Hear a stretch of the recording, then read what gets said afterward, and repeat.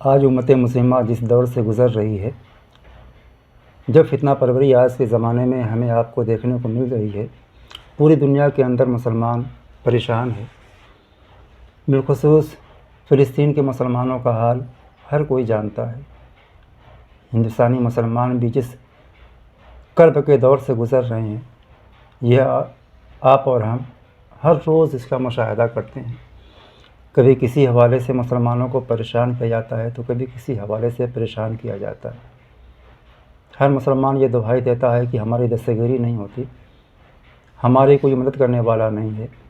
آئیے ذرا دیکھیں کہ جو مسلمان دہائی دیتے ہیں کہ ہمارا کوئی مدد کرنے والا نہیں ہے، جب ہم قرآن کی بارگاہ میں جاتے ہیں اور قرآن کو کھولتے ہیں تو قرآن مقدس میں ایک جگہ پر آیا، ایاک نعبد و ایاک نستعین، کہ یا اللہ ہم تیری ہی عبادت کرتے ہیں اور تجھ ہی سے مدد چاہتے ہیں۔ جب اس آیت کریمہ کو ہم اپنی نگاہوں کے سامنے رکھتے ہیں، اس پہ غور کرتے ہیں، اس آیت کریمہ میں رب تبارک و تعالیٰ فرماتا ہے ایاک نعبد و ایاک نستعین، کہ ہم تیری ہی عبادت کرتے ہیں اور تجھ سے ہی مدد چاہتے ہیں۔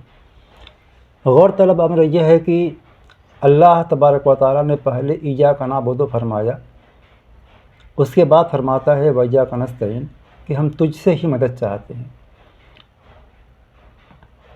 معلوم یہ ہوا کہ پہلے عبادت ہے اور بعد میں مدد ہے، لیکن جب ہم مسلمانوں کے رویوں پر غور کرتے ہیں تو آج مسلمان عبادت تو کرتے ہی نہیں، ہر مقام پہ صرف مدد کے طلبگار ہیں۔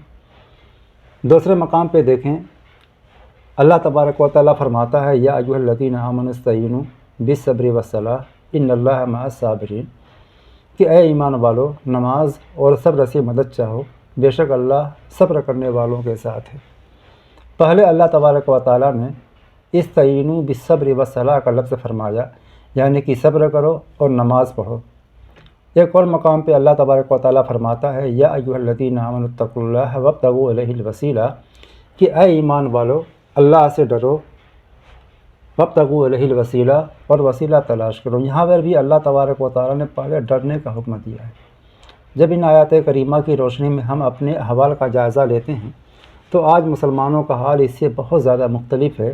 آج مسلمان ہر مقام پہ صرف اس بات کا طلبگار ہوتا ہے کہ ہم نمازیں نہ پڑھیں، ہم نیک کام نہ کریں، فقط ہم اپنے کاروبار میں لگے رہیں، ہم پر جو مصیبتیں آ رہی ہیں وہ مصیبتیں ہم سے دور ہو جائیں۔ مسلمان مسجدوں کی طرف نہیں جا رہا، مسلمان نیک اعمال کی طرف نہیں جا رہا، مسلمان کوئی اچھا کام نہیں کرنا چاہتا، چاہے وہ دنیاوی اعتبار سے ہو چاہے اخروی اعتبار سے ہو۔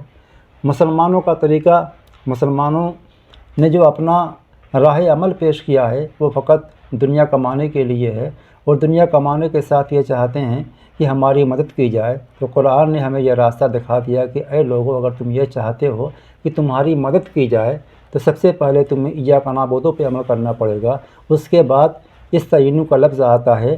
اور یہاں تک کہ جب ہم دیکھیں جنگ بدر کا حال دیکھتے ہیں تو اللہ کے نبی صلی اللہ تعالیٰ وسلم سب سے بڑا دعا کرنے والا کون ہو سکتا تھا؟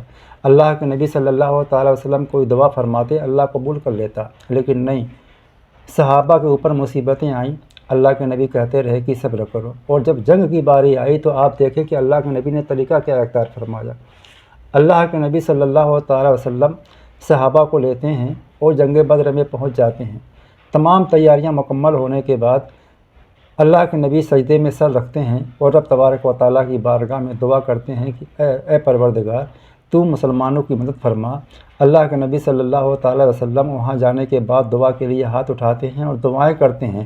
معلوم یہ ہوا کہ پہلے جو چیز ہمیں کرنی ہے ہم پہلے وہ چیز کریں، جو مشقت، جو پریشانیاں، جو مصیبتیں ہم سے آنے والی ہیں، تو ہمیں معلوم یہ ہوا کہ اگر ہم کوئی بھی مدد چاہتے ہیں تو اس مدد سے پہلے ہمیں چاہیے کہ ہم اللہ کو پکاریں، اس کی حمد و ثنا بیان کریں۔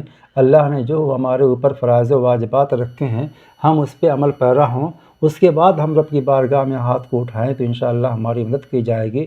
یہی طریقہ ہمیں قرآن سکھاتا ہے اور اسی پر ہمیں عمل پیرا ہونے کی ضرورت ہے۔ اللہ تبارک و تعالیٰ تمام مسلمانوں کو صراط مستقیم کی توفیق عطا فرمائے، آمین۔